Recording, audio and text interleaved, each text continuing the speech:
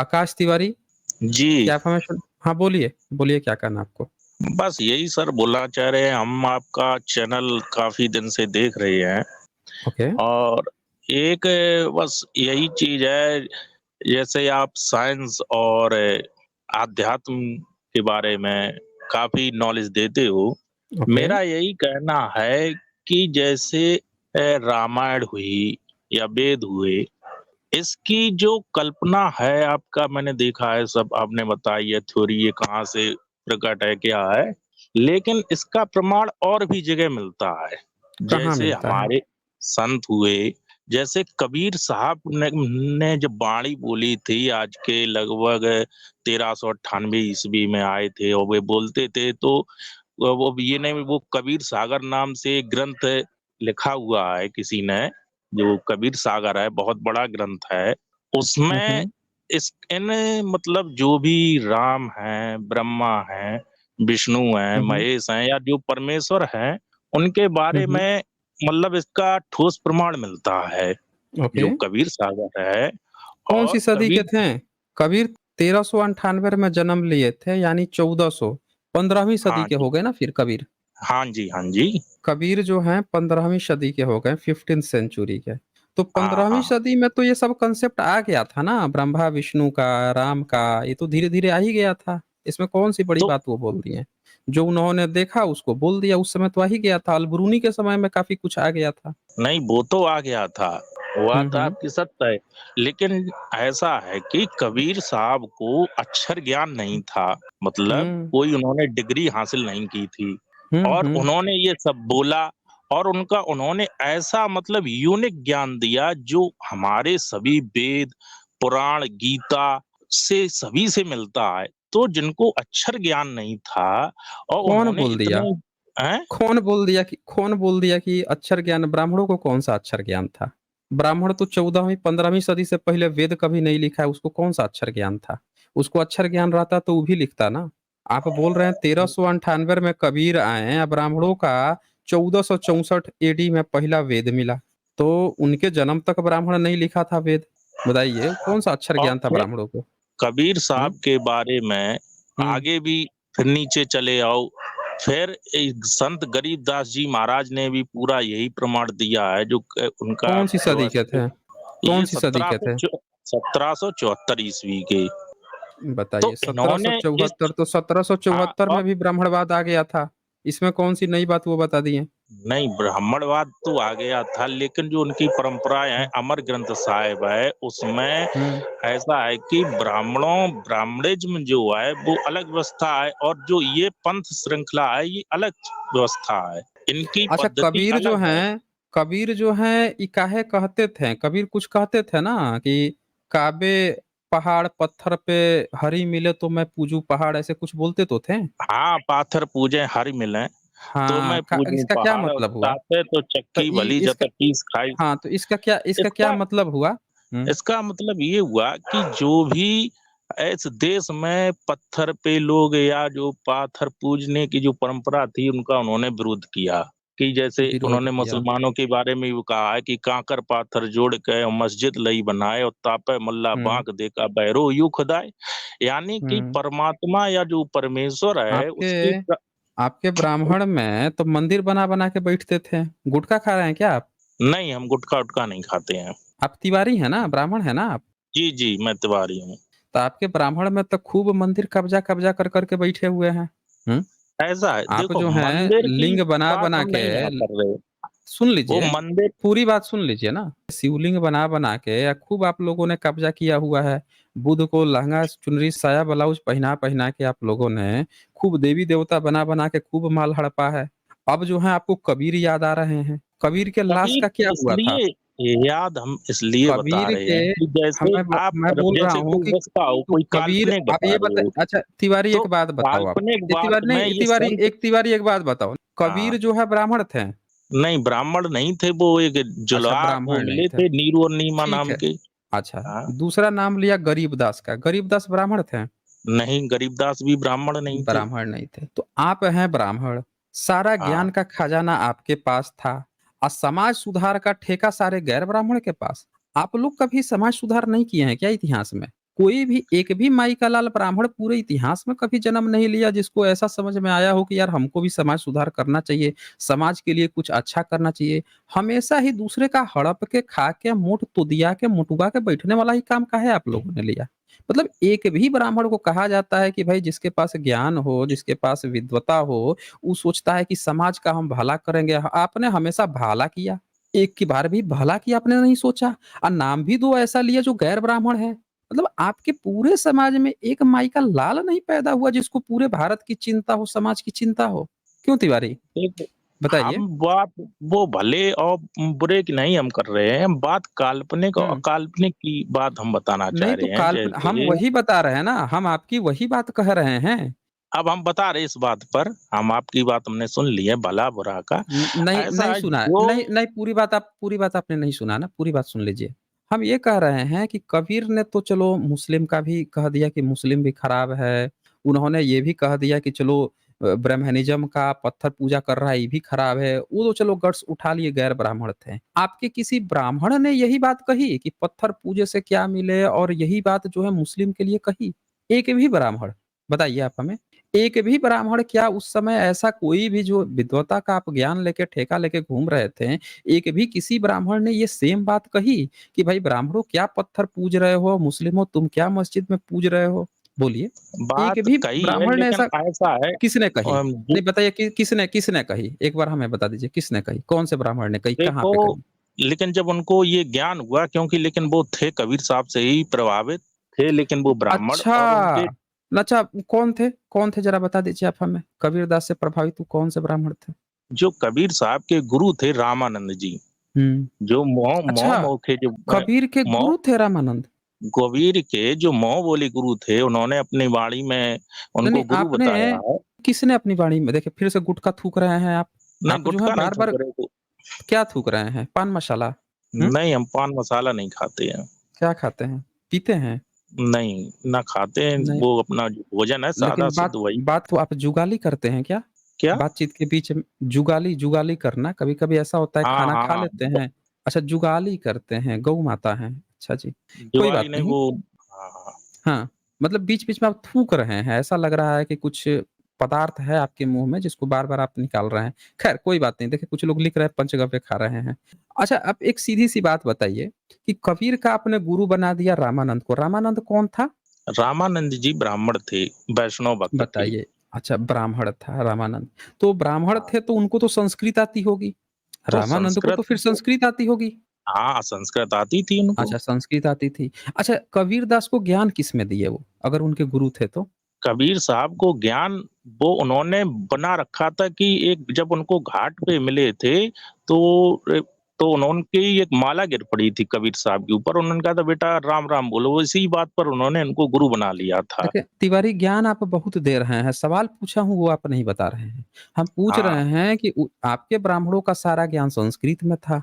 आपने सारे वेद, पुराण, गीता, रामायण, महाभारत, उपनिषद और मनु स्मृतियाँ सारी, सब तो आपने संस्कृत में लिख रखी थी।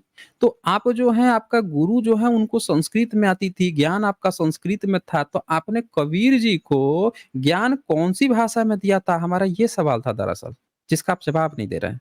वो ऐसा है उन्होंने इनको ज्ञान नहीं दिया था कबीर साहब अच्छा को। ज्ञान नहीं देता, ऐसे ही गुरु बन गए? वो बिना ऐसे ज्ञान ही दिए गुरु ही बन गुरु? गए। हाँ, देख केवल लीजिए, उन्होंने देख दीक्षा दे लीजिए, दी ये बोल बताइए। के अच्छा, तो एक बात कि बताइए कि जैसे बिना ज्ञान दिए ही गुरु बन गए हैं, तो आपके वेद में भी यहाँ पे 11 नंबर में कुछ लिखा हुआ है, पढ़ सकते हैं? ये वेद है आपका, ऋग्वेद का किताब है ये। यहाँ पे भी हाँ बिना पढ़े हुए ज्ञान लिखा हुआ है। एक बार 11 नंबर जो मंत्र है, उसका हिंदी अनुवाद नीचे लिखा है, पढ़ के सुना सकते हैं क्या लिखा है? हे वशिष्ठ तुम मित्र व वरुण के पुत्रो हे ब्राह्मण तुम उर्वशी के मन से उत्पन्न हुए हो उर्वशी को देखकर मित्र व अरुण का वीर स्खलित हुआ था उस समय सभी देवों ने दिव्य स्तोत्र बोलते हुए तुम्हें पुष्कर में धारण किया। ये क्या इसका मतलब हुआ, आप बता सकते हैं थोड़ा? ये पीढ़ी दर पीढ़ी ब्राह्मण लोग ढो के लाए हैं। देखो इस वशिष्ठ जी से ये कौन हुँ, कह हुँ। रहे हैं ये वशिष्ठ जी तुम मित्र व वरुण के पुत्र हो ब्राह्मण यानी कि तुम मित्र व वरुण के कोई पुत्र होगा तुम उर्वशी के मन हम्म, से उत्पन्न हुए हो। उर्वशी को देखकर मित्र व अरुण का वीर स्खलित हुआ था। उस समय सभी देवों ने दिव्य स्त्रोत बोलते हुए तुम्हें पुष्कर, यानी कि जो अरुण जो और वरुण और मित्र हैं उन्होंने उर्वशी के साथ कुछ किया होगा यार, जो संभोग वगैरह कहते हैं, तो उससे इनका कोई उत्पत्ति हुई। लेकिन इसमें तो लिख रहा है कि उर्वशी को देखकर, मतलब उर्वशी को इन्होंने देख लिया तो मित्र व वरुण का वीर्य स्खलित हो गया। ये हाँ, दोनों जो है ग्रुप ग्रुप से ग्रुप था तो क्या यहाँ वीर पे, मतलब स्खलित अरुण तभी का? होता है जब संभोग क्रिया होती है तभी। नहीं नहीं, संभोग क्रिया होती है तो यहाँ दो दो है ना, एक मित्र है एक वरुण है, अब महिला एक ही है उर्वशी, दोनों एक साथ थे क्या, कंबाइंड? तो कंबाइंड नहीं हो सकता है, अब इसका हम अच्छा डेफिनाइट नहीं कर सकते हैं, हम अच्छा इस अच्छा। चीज पर नहीं जा रहे हैं। आपके यहाँ तो ये ज्ञान है ना, पीढ़ी दर पीढ़ी आप ढो के लेकर आए हैं इसको। आप तो इसको पीढ़ी दर पीढ़ी ढो के लेके आए हैं कि दो दो हैं मित्र और वरुण, और देखो दोनों का बात हमें वीर्य यहाँ स्खलित हो ऐसा जाता है, है महिला हम उर्वशी। अच्छा, एक एक और काम कीजिए, ये 13 नंबर, नीचे 13 नंबर वाला भी एक बार पढ़ दीजिए। 13 नंबर वाला है, यज्ञ में दीक्षित मित्र और वरुण ने दूसरे लोगों की स्तुतियां एवं प्रार्थनाएं मानकर अपना वीर एक साथ घड़े में स्खलित किया था। उस घड़े से अगस्त उत्पन्न हुए थे। लोग वशिष्ठ ऋषि को भी उस घड़े से उत्पन्न बताते हैं। अच्छा ये बताइए, कुत्ते जो हैं आपको देख के भौंक रहे हैं या आप जो ये पढ़ रहे हैं वेद, इस वेद को सुन के भौंक रहे हैं? अरे वो नाइट में बाहर लेटे हैं इसलिए अच्छा अच्छा। कुत्ते हैं। आप बाहर लेटे हैं, आपको देख के बताइए कुत्ते भी भौंकने लगते हैं। खैर कोई बात नहीं। अब ये नीचे वाले का क्या मतलब हुआ, 13 नंबर का? अब इन चीजों पे हम नहीं जा रहे, हमारी देखो वो अरे क्या ये कहा है। आपका, देखो आप हर जो चीज ज्ञान को था ना, जो आप बोल रहे थे कि हमारे यहाँ इतना ज्ञान विज्ञान था, पीढ़ी दर पीढ़ी ढो के लाए थे, आप हम कबीर जी से ये तुलना बोल कर रहे रहे हैं थे। जो और आपके हमने आपने, चैनल कोई पर। कोई बात नहीं, देखें देखें आकाश तिवारी, कोई बात नहीं, हम आपकी इस बात को कह देते हैं कि चलें, आपने पीढ़ी दर पीढ़ी ढो के लाया अपना यह ज्ञान। लेकिन आज तो जब सब लोग पढ़ ही सकते हैं तो ये ज्ञान तो आज तो आप बता सकते हैं ना कि इसका क्या मतलब हुआ। अरे भाई, आपने दावा किया है कि इसको हजारों साल से आर्य समाजी तो कहता है 1 अरब 96 करोड़ से ढो के लेके आया है। तो कोई बात नहीं, आप तो कम से कम कई हजार साल पुराना देखो बताते कोई हैं, तो कहने से, देखो ये जब आप तक किसी हमें चीज बता का, दीजिए। मेरी बात कोई तो बात सुनो, नहीं, जब तक कोई किसी बात नहीं, चीज आप का इसका क्या मतलब लिखा बता है उसका दीजिए। प्रमाण नहीं मिल आप जाता ऐसे। आप बता दीजिए प्रमाण, बस ये 13 नंबर बता दीजिए ना। आप कह रहे हैं ना कि आप तो काल्पनिक मानते हो, लेकिन इसका प्रमाणिक किया है गरीबदास जी हम ने और कबीर जी ने। जरा ये 13 नंबर इसका मतलब बता दीजिए। 11 नंबर का तो आपने बता दिया, ये 13 नंबर का बता दीजिए। 13 नंबर का यज्ञ में दीक्षित मित्र और वरुण ने दूसरों के लोगों की स्तुतियां एवं अपना वीर एक साथ घड़े में स्खलित किया था। उस घड़े से अगस्त उत्पन्न हुए। लोग वशिष्ठ को भी उसी घड़े से उत्पन्न बताते हैं। क्या मतलब हुआ? ऊपर आप कह रहे थे कि मित्र और वरुण दोनों जो हैं उर्वशी के साथ सेक्स किए थे, तभी वीर्य स्खलित हुआ होगा, बिना के होता ही नहीं है। और नीचे तो कुछ और ही लिख रहा है, ये तो कह रहा है कि दोनों का वीर्य जो है लेके या घड़े में स्खलित किए थे। तो ये समझ में नहीं आ रहा है कि वीर्य जो है उर्वशी का यहाँ पे क्या रोल है? मित्र अब वरुण ऐसा है है, इस घड़ा चीज है, को। वीर्य है, उर्वशी का क्या रोल है? देखिए फिर आपने थूका। सही बताइए, आप कौन सा गुटखा, कौन से ब्रांड का गुटखा ले रहे हैं आप? अरे भैया गुटखा नहीं लेते हम, क्या इतनी बार क्या बता। लेते हैं? तिरंगा, पान मसाला, कौन-सा नहीं लेते नहीं, हैं? कोई गुटखा नहीं, कोई पान मसाला कुछ नहीं। सुरती, पान, खैनी, कोई तम्बाकू? नशे नशे हुँ? की कोई भी चीज ना लेते हैं, ना ही किसी को देखिए, देते हैं। ब्राह्मणों की तो बात पे विश्वास नहीं करना चाहिए। आपके मनुस्मृति में लिखा हुआ है कि बकरा मार के काट के खा लो, संस्कृत मंत्र पढ़ के खा लो, उसको हिंसा नहीं माना जाएगा और उसको मांस भी नहीं माना जाएगा। अब इसका क्या करें तो हम? आप मनुस्मृति खा क्या कोई परमेश्वर थोड़ी नहीं हो गई? अरे मनुस्मृति जो अच्छा, ये परमेश्वर है कोई ना? ये तो है ना, वेद ये आपका परमेश्वर है ना? ना वेद तो वेद आपका प्रामाणिक परमेश्वर है, ग्रंथ है। देखो हुँ, हुँ। वेद जो है बताए जाते हैं कि ये मतलब एक वाणी है, ईश्वर वाणी है और उसको ईश्वर की लिखा वाणी गया है। है। अब उसको, चलिए ईश्वर की हाँ, वाणी है, कोई बात नहीं, अब आपके ईश्वर की वाणी है। अब इसका मतलब समझा दीजिए हमें, कि आपका ईश्वर आपको बता रहा है कि वीर्य जो है कि ईश्वर घड़े नहीं, में मेरी स्खलित कर बात तो दिया। समझो, ईश्वर की वाणी क्या बता हुँ, रहा है। जैसे ईश्वर की अच्छा। वाणी ऐसा है, जैसे किसी हुँ, को, जैसे तुलसीदास ने रामायण की रचना की। अब वो तुलसीदास ने? इन्हें हाँ, तुलसी ने तुलसीदास रामायण ने, की रचना मतलब की? जो अभी रचना तो पहले वाल्मीकि ने की, लेकिन जो अभी अभी लिखी है लेटेस्ट में, हुँ, मतलब सबसे जो बाद में तुलसीदास ने रचना की है, तो इतनी रचना उन्होंने कैसे की? क्योंकि उनको कोई शक्ति मिली, उस शक्ति के द्वारा उन्होंने क्या कहा उस आपने? चीज को, क्या कहा कोई आपने? उनको शक्ति मिली? हाँ, तो कौन सी लेकिन इस शक्ति चीज़ मिल का गई? कौन यही सी ये शक्ति मिल गई भाई? यही तो वही बता रहे हैं, जैसे गरीबदास जी ने पूरा अमर ग्रंथ हुँ, लिखा है, तो उनको भी अच्छा। शक्ति मिली थी। तो इसी अच्छा, प्रकार शक्ति उन्होंने मिल गई पूरे थी।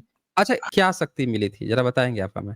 अब वो शक्ति यही है कि मतलब पिछले जो जैसे हम सीडी है, पिछला हम देख लेते हैं, कोई रिकॉर्ड देख लेते हैं, कोई व्यवस्थित है, तो हुँ। वो मतलब स्मृति में आ जाती है।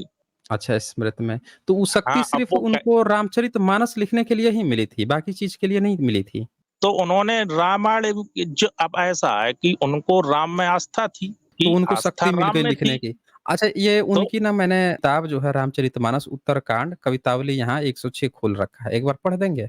तुलसीदास की रचना है ये। धूत कहो अब धूत कहो, रजपूत कहो, जुल्हा कहो कोऊ, काहू की बेटी सो बेटा ना ब्याहू, काहू की जाति बिगाई बिगाड़ न सोऊ। तुलसी सरनाम गुलामू है राम को, जाको रुचय सो कहे कहू ओऊ। मांग के खैबो और मसीत के सोएबो, और लेके को एक न देवे को दो। इसका क्या मतलब हुआ? थोड़ा समझा देंगे? अब देखो, इसका मतलब इसी में लिखा है, तो आप समझ लीजिए, चाहे दूत कहो चाहे अवधूत कहो, मतलब चाहे हमको ज्ञानी कहो या अज्ञानी कहो या मूर्ख कहो या कुछ भी कहो, या रजपूत कहो चाहे जुल्हा कहो, मतलब रजपूत मतलब हाई कास्ट आ जाती है, जुल्हा एक छोटी जात में आ जाती है, चाहे बड़ा कहो चाहे छोटा कहो। काहू की बेटी सो बेटा ना ब्याहो, और काहू की जाति बिगाड़ ना सो। मुझे किसी की बेटी से अपने बेटे का विवाह नहीं करना, ना मैं किसी से संपर्क बनाकर उसकी जाति में बिगाड़ूंगा। तुलसी सरनाम गुलाम है राम को। मैं तुलसी तो राम का प्रसिद्ध गुलाम हूँ, और जिसको जो रुचे सो कह ले। मुझको तो मांग कर खाना है, और मस्जिद को सोएबो, और मस्जिद में सोना है। ना किसी का एक लेना है, ना किसी को दो देने हैं। तो इनको कौन-सा ताकत मिला था कि मस्जिद में सोना पड़ रहा था? राम की रामाचरितमानस लिख रहे थे, शक्ति मिली थी रामचरितमानस लिखने की और सोना मस्जिद में था। हुँ? ऐसा है, माँग के खाना पड़ रहा जैसे था। हुँ। इन्होंने मतलब यही तो है, ये एक भाव होता है, जैसे हम किसी के भक्त हैं, तो हमें उनकी शक्ति हुँ। मिली तो हमने उनका गुणगान भी लिखा। फिर कुछ क्या होता है कि हम अपना भाव भी लिख देते हैं उसी के साथ-साथ। हाँ, तो देखिए वो फिर चीज़ थूका अलग हो इन्होंने, गई। फिर थूका इन्होंने, फिर से ये गुटखा खा रहे हैं। बता नहीं रहे हैं, खा कुछ ज़रूर रहे हैं। अब भाई कैसे हम बता सकते हैं, नहीं वो ऐसा है, वो नाक में जन क्या वैसा लग जाता है, तो वो आदत है खुन-खुन करने की। खून-खून का हाँ, बात कर रहे हैं उसमें खून-खून की। चलिए बताएँ इन्हें मस्जिद में काहे सोना पड़ रहा था? ये कौन-सी शक्ति मिली थी कि इनको मस्जिद में सोना पड़ रहा था? शक्ति वो हुँ? स्मृति मिली थी लिखने की, वो कोई अच्छा। शक्ति ये थोड़ी नहीं थी अच्छा, कि कैसे कैसे मिलती है? ये सब कैसे मिलता है? शक्ति कैसे हाँ, मिलती है? ये ऐसा है, ये जब भक्ति साधना व्यक्ति सामान्य से परे हो जाता है, तो वो जैसा बताया जाता है, जैसे गरीबदास जी को वो यह कृपा होती है परमेश्वर की, या जिसके भाव में जो होता है उसको परमेश्वर उसी भाव में उसको करते हैं, तो ये चीज़ है। अच्छा, एक बात बताइए, एक हाँ, सिंपल सी बात बताइए। अभी आपने अब कबीर का जैसे नाम लिया, आपने एक सुना कबीर का होगा। आपने नाम लिया, सुनिए, आप सुन लीजिए, हाँ, अभी आपने कबीर का नाम लिया। आपने कभी हाँ नहीं जी। कहा कि उनको शक्ति मिली कुछ लिखने की, लेकिन आपने उनका ये कहा कि उन्होंने मुस्लिम का विरोध किया, उन्होंने ब्राह्मणों की जो धूर्तता थी, पत्थर पूजा और इसका उसका उन्होंने विरोध किया, तो उनको बिना शक्ति मिले उन्होंने विरोध कर लिया। लेकिन आपका ये तुलसिया जो है, ये तो सीधे-सीधे कह रहा है कि हमको कोई चाहे राजपूत कह दे, चाहे जुलाहा, यानी हमको चाहे ऊँचा जात कहो, चाहे नीचा जात कहो, हम अपनी बेटी का ब्याह जो किसी दूसरे जाति से करेंगे नहीं, है ना? वर्ण संकर पैदा करेंगे। ये तो साफ-साफ कह रहा है। तो ये कौन-सी शक्ति मिली थी कि जातिवाद बढ़ाने की बात कर रहा है? आपका ऐसा है, परमेश्वर, आपका तुलसी ईश्वर और भी शक्ति उसी को में देता है जो जातिवाद फैलाता है। हैं? देखो ऐसा है। जातिवाद फैलाने की शक्ति दिया था और तो और, ये कह रहा है कि हम माँग के खाते हैं या मस्जिद में सोते हैं। बताइए जो व्यक्ति जो है जो मस्जिद में सो रहा है अपनी जान बचाने के लिए, आज लोग हिंदू मुसलमान कर रहे हैं और तुलसी जो है कहाँ जाके सो रहा था? मस्जिद में जाके सो रहा। ये कितनी देखो शर्म की बात है, आप कह रहे हैं कि उसको शक्ति मिली थी। अरे ये कट्टर जातिवादी है। ये जातिवाद कह रहा है कि आप हमको चाहे राजपूत कहो, चाहे जुलाहा, हम अपनी बेटी का विवाह किसी दूसरे जाति में करेंगे ही नहीं। चाहे हमको नीचा कहो, चाहे ऊँचा कहो, हम अपनी जाति ही व्यवस्था बनाए रखेंगे। और आप जो है इसका फ़ेवर कर रहे हैं। कह रहे हैं आपको जब नाम लेना था समाज सुधारकों में, मैंने क्या कहा कि एक ब्राह्मण का नाम बता दीजिए जिसने समाज सुधार का काम किया हो, तो आपके मुँह से एक ब्राह्मण का नाम नहीं आया। लास्ट में क्यों आपने बताया तुलसी तो का था नाम भी मैंने राम। लिया, तो आपने सुनिए, तुलसी का जब नाम भी हम्म। लिया आपने, तो किस शर्त के साथ लिया कि इसको शक्ति मिली थी, या शक्ति मिली तो ये जातिवाद फैला रहा है। आपके सारे ब्राह्मणों ने भारत में सिर्फ और सिर्फ जातिवाद फैलाया है, पूरे भारत को बीमार किया है, जातिवाद नाम का नासूर परोसा वो है, कुछ भी यहाँ उन्होंने पे किया हो, मैं अंधविश्वास और उस पे तर्क पाखंड नहीं परोसा देना है। चाहता हूँ, तब ना और मैं इस नहीं, तर्क पे तर्क आया आप हूँ। सुनिए, सुनिए देखें, तर्क आप कैसे देंगे? है नहीं ना। अभी जब मैंने आपका सबसे जो प्रमुख ग्रंथ था, जो मेन ग्रंथ था वेद, वो खोल दिया और उसमें आप बोल रहे थे, हैं, उसमें इतनी गंदी-संदी बातें लिखी हुई हैं। बताइए घड़ा से मटका से कहाँ-कहाँ से पैदा होके व्रीअस्खलित करके घड़ा, घड़ा से इंसान पैदा होता। आप बोल रहे थे कि आप काल्पनिक बोलते हो, कबीर और गरीबदास जो हैं तो इसको सही बोल रहे थे। बताइए कि कोई व्यक्ति जो है घड़े से पैदा होता ही काल्पनिक चीज़ नहीं है, हैं? आप कह रहे हैं कि पीढ़ी दर पीढ़ी आप लोग वेद ढो के लाए हैं, उसमें कहता है कि एक उर्वशी को देख के 2 मित्र और वरुण, 2 आपके ईश्वर जो हैं, 2 आपके परमात्मा जो हैं, उनका वीर्यस्खलित होता है। घड़ा में रख देते हैं, घड़े से एक जो है अगस्त्य पैदा होता और दूसरा जो है वशिष्ठ पैदा हो जाता। बताइए ये काल्पनिक बात है कि नहीं है? आप ही बता जो दीजिए अक्षय तिवारी, देखो, ये काल्पनिक बात हाँ है कि जी, नहीं है? देखो हुँ? मेरी कहने का भाव ये है कि जो भी जाति पात की बात करता है वो छोटे मतलब उसमें दर्जे में आ जाता है। जो जाति से ऊपर उठ के भाव करता है, जो अपने हृदय की आंख खोलता है, तो कबीर साहब ने व्यक्ति के हृदय की आंखों को खोला है। जो परम हो जाता है, महान हो जाता है, वो उसकी आपके कोई किसी जात नहीं ब्राह्मण होती ने है। क्यों नहीं किया ऐसा काम? हमारा तो यही प्रश्न है ना कि आपके किसी ब्राह्मण ने ये काम क्यों नहीं किया? जब सारा विद्वता का ठेका आप ले रहे हो, पढ़ोगे लिखोगे आप, सारा काम जो है, सारी देखो, सुविधा आप ले रहे हो ब्राह्मण होने के हमने नाम पे कि जहाँ हम तक ब्राह्मण हैं, तो ये और क्यों आप नहीं कर ये पाया ब्राह्मणों ने, हाँ, ये भी बोलिए हमने ब्राह्मण उन्हीं ने से क्यों नहीं किया? सीखा। हाँ, बताइए, ब्राह्मणों ने बताइए। क्यों नहीं कर पाया कि जब ये जो ब्रह्मा जी की से सुनी जाती है, जो बताया जाता है कि ब्रह्मा जी से के सृष्टि के जो आगे पुत्र मनु हुए, मनु से, तो ब्रह्मा जी को उन्होंने अपने आगे संतान के साथ गलत कार्य करने, कुछ कर्म उनके गलत हो गए थे, तो इससे उनको श्राप मिला था परमेश्वर की से कि आपके जो आगे के वंशज होंगे वो आप पाखंड करेंगे। तो हमारा ये कहने का ब्राह्मण या तो कोई उससे जात से जब नहीं है, आपको मेरा ये कहने बात का पता केवल चल गई, नहीं, जब आपको ये बात पता चल गई कि आप सब के सब पाखंडी हो जाओगे, तो ये बताइए कि आप पाखंडी लोग, आपके लड़के और आपके बच्चे जो है सारे पोस्ट पे कब्ज़ा करके कैसे बैठ गए? इतनी मोरल तो वैल्यूज़ होनी देखो, चाहिए ना। आप जो हैं, ये बताइए, आप कह रहे हैं पाखंड करेंगे, आपने पाखंड किया होता ना तो एक बार वो चल भी जाता। आपने धूर्तता की है ना, ये देखिए एक किताब हो तब तो। ये आपने ब्राह्मणों के ब्राह्मणवाद बचाने के लिए आपने ये किताब लिखी पराशर। ये तो मनु की नहीं है, ये तो वेद व्यास के पिता पराशर हैं, उनकी है। इसमें 44 और 45 चैप्टर 6 है। इस श्लोक का मतलब यहाँ आप पढ़ के सुना सकते हैं क्या लिखा है? हुँ? देखो हम इन पढ़ चीज़ों पे नहीं पढ़ जाना लीजिए। चाहेंगे। नहीं, मेरा पढ़ कहने का पढ़ नहीं, भाव केवल आपकी ये एक है, मैं किताब आपकी हो, डिबेट नहीं, को इसे देखें, सर जी, वो मैं सुनिए 1 मिनट। आपकी कोई एक भी किताब हो जिसमें कोई मानवता की बात लिखी हो? अभी आपने अपने ब्राह्मणों की धूर्तता के लिए क्या कह दिया कि ब्रह्मा ने अपनी बेटी सरस्वती के साथ कर दिया, मनु इसीलिए पैदा हुआ, इसीलिए मनु के मन में ऐसी धूर्तता भरी थी कि उसने मनुस्मृति लिख दी। चलो ठीक है भाई, लेकिन ये तो पराशर स्मृति मैंने खोल दिया। ये पराशर में ऐसी कौन-सी गलती आ गई कि उसने ऐसी बातें लिख दी? एक बार पढ़ के सुना दीजिए ना। ये तो आपने कलयुग में ब्राह्मणों के ब्राह्मणवाद बचाने के लिए लिखी है ना। मतलब एक भी ब्राह्मण, पूरे ब्राह्मण कम्युनिटी में एक सिंगल ब्राह्मण नहीं पैदा हुआ जिसको किसी भी भारतीय में आत्मीयता जगे कि यार ये भी इंसान है, इनको भी इंसान की तरह हमारे बराबर इंसान हैं। और आप लोग जो हैं बुद्ध को गाली देते हो, बाबा साहब अम्बेडकर को गाली देते हो। चर्चा करनी थी आपको, अपना ब्राह्मणवाद बचाना था तो आपने कबीर का नाम ले लिया, गरीबदास का नाम ले लिया। मतलब आप लोगों को अपना ब्राह्मणवाद भी बचाना है तो नाम आप गैर ब्राह्मण लोगों का लोगे, समाज सुधारकों का नाम लोगे। लेकिन आपके जितने ब्राह्मण हैं वो ये सब धूर्तता, और कितनी आप इतनी निर्जलता से आप क्या बोले हो कि उन्होंने अपने पिता के उन्होंने कुछ कांड कर दिया था इसीलिए उनको ऐसा हो गया कि तुम ब्राह्मण जो है पाखंडी हो जाएँगे। भैया आप अपने कहने का मतलब है आपने इतने दिनों से अमानवीय जो प्रैक्टिस की है उसको आप ऐसे जस्टिफाई कर रहे हो? एक काल्पनिक कथा बना के कि किसी ने कह दिया। अरे हम कह रहे हैं कि किसी ने कैसे कह दिया? अगर आपके ब्रह्मा ने कांड किया और मनु से कह दिया होता, तो फिर राम के समय में कुछ तो सही होना चाहिए। राम फिर अवतार किसके लिए ले रहे थे? कृष्ण किसके लिए अवतार ले रहे थे? क्योंकि सबसे पहले मनु हुए ना, मनु के बाद से ही ये सारे अवतार हुए हैं।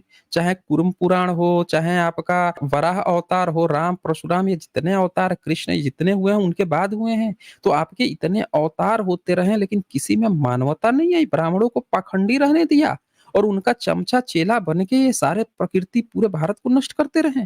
क्या गजब का आप खेल लेके आए हो अक्षय तिवारी। इसीलिए बहुजन लोग जब ये बात कहते हैं कि किसी भी ब्राह्मण की बात कभी नहीं माननी चाहिए, तब मैं सोचता हूँ कि यार ब्राह्मण भी इंसान है। एक इंसान होने के नाते मैं सोचता हूँ कि यार ब्राह्मण में कुछ तो सुधार होगा। लेकिन आप लोग जो हैं अपने ब्राह्मणवाद को बचाने के लिए कबीर का नाम ले लिए, बताइए। ये बाबा साहब का नाम ले लेंगे, बुद्धा को अपने अवतार बना लिया, लेकिन बचा किसको रहे हैं? ब्राह्मणवाद को। मानवता बचाने नहीं आएंगे ये जितनी अमानवीय प्रैक्टिस हो रही है उसको बचाने नहीं आएंगे। अब देखें यहाँ पे ये पढ़ने से कतरा रहे हैं। यहाँ क्या लिखा है इन्होंने 44-45 नंबर में जाति सूचक जातियों का नाम लिया कि चारों वर्ण के लोगों को। उससे पहले 43 में लिखा इन्होंने 15 दिनों तक अथवा 1 मास पर्यंत चंडालों के साथ रहने का प्रायश्चित है 15 दिन तक गोमूत्र में पके यावक यानी जौ का सत्तू का सेवन करना। इस प्रायश्चित के पाप से निवृत्ति तथा शुद्धि हो जाती है, तब शुद्धि हो जाएगा। चंडालों के साथ रह लिए। 44-45 में लिखते हैं चारों वर्ण के लोगों के घर में अनजाने में रहती धोबिन, चमारिन, व्याधिन तथा वेणुजीवनी बांस के तारों से टुकड़िया आदि बनाकर जीवन निर्वाह करने वाली स्त्री की वास्तविकता का पता चलते सर्वप्रथम उसे घर से तत्काल बाहर निकाल देना चाहिए। इसके अतिरिक्त पूर्वोक्त का आधा प्रायश्चित करना चाहिए, अर्थात घर में को आग से नष्ट तो नहीं करना चाहिए। हाँ, धरती की खुदाई, लिपाई, पुताई, जप, होम, ब्राह्मण को बैठाकर खिलाना पिलाना आदि सब कुछ अवश्य करना चाहिए। बताइए किस क्वालिटी के कितना अंदर तक घुटे हुए धूर्त ब्राह्मण थे जिनको भारत के एससी एसटी ओबीसी से इतनी तकलीफ है कि गोबर गोमूत्र तक खाना उनको पसंद है, लेकिन उनको अपने घर में आ गए हैं तो उनको दिक्कत आ रही है। और आप नाम ले रहे हैं, किस मुंह से आप कबीर का नाम ले रहे थे यहाँ पे? अरे आपको जाके अपने धर्म ग्रंथों को उड़ा देना चाहिए, जैसे बाबा साहब ने मनुस्मृति जला दी थी। जाके अपने धर्म ग्रंथों को सुधार कीजिए। तमाशा आप लोगों ने खड़ा किया, पीढ़ी दर पीढ़ी आप ढोके लेके आए हैं और दुनिया भर में ज्ञान आप बांट रहे हैं। सारे पोस्ट पर बैठ के यज्ञ हवन और प्रचार, इसरो के चेयरमैन की पोस्ट पर बैठ के बोल रहा है कि वेद से विज्ञान आया है। आप भी यहाँ वेद वेद कर रहे थे, किताब खोल दिया तो आपकी सिट्टी पुट्टी गुम हो गई है कि ये सब बातें लिखी हैं। तब भी आप उसको गलत नहीं बोल पा रहे थे। और आपको बहुजनों में आके बताना है कि आप काल्पनिक बताते हैं, लेकिन देखें आपके जो लोग हैं, समाज सुधारक हैं, वो भी इस तरह की बात किए हैं, नाम लिए हैं। मतलब इनका आप देख लीजिए पूरा मोटो, इनका मोटो यहाँ पे क्या था कि कबीर ने अगर कहीं कुछ कहा है, गरीबदास ने कहीं कुछ कहा है, इसीलिए आप लोगों को हमारे ग्रंथों को काल्पनिक नहीं मानना चाहिए, देवी देवताओं को काल्पनिक नहीं मानना चाहिए। और इतनी इनकी जाति सूचक ये बातें लिखी हैं, इतनी भेदभाव, इनका कबीर से लेके मस्जिद में सो रहा है उसको बोल रहे हैं शक्ति मिल गया था, लेकिन उसको इस बात का शक्ति जातिवाद को हटाने की नहीं मिली। राम अवतार ले लिया लेकिन शंभू का गला काटेगा। कृष्णा अवतार हो रहा है लेकिन गुरु द्रोणाचार्य जो है एकलव्य का अंगूठा कटवाएंगे। काल्पनिक कहानी है, आप काल्पनिक मत मानिए, लेकिन ये उसमें कटवाएंगे, उसमें जातिवाद करेंगे। और जब आप जातिवाद कहिएगा कि जातिवाद भरा है, तब कहेंगे अरे भाई आप तो काल्पनिक बोल रहे थे। अरे तो हम तो कह ही रहे हैं कि काल्पनिक, लेकिन काल्पनिकता में भी जातिवाद।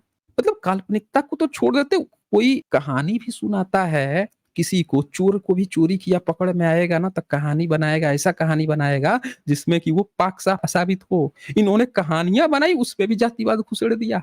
अरे कहानियां तो कम से कम सही बना लेते, उसमें भी कूट कूट के जातिवाद। तो अक्षय तिवारी, ये आप लोगों की हकीकत है। अब इससे ज्यादा क्या कहूं मैं। चाहिए अपने समाज में सुधार कीजिए। हम बहुजन सब हकीकत जानते हैं, बहुत अच्छी तरह से जानते हैं। हम लोग आपके मोहताज नहीं हैं। आप अपने समाज में जाके सुधार कीजिए। हम अपने लोगों में, हमारे यहाँ पे क्या गड़बड़ी है, क्या चीजें हम लोग देख रहे हैं। तो आप हमसे आके ये कहेंगे कि आप लोग काल्पनिक क्यों कहते हो? देख लीजिए, भले ही कितनी गंदगी लिखी है, लेकिन बुरा नहीं है। एक बार भी इन्होंने कहा कि तुलसिया ने गलत किया, ये पराशर ने गलत किया, मनुस्मृति ने गलत किया, या उसने गलत किया है? रामायण महाभारत नहीं। बस प्रामाणिकता। आप लोग काल्पनिक क्यों कहते हैं? तो ये ब्राह्मणों का है, इसीलिए बाबा साहब कहते थे कि भई ब्राह्मण जो हैं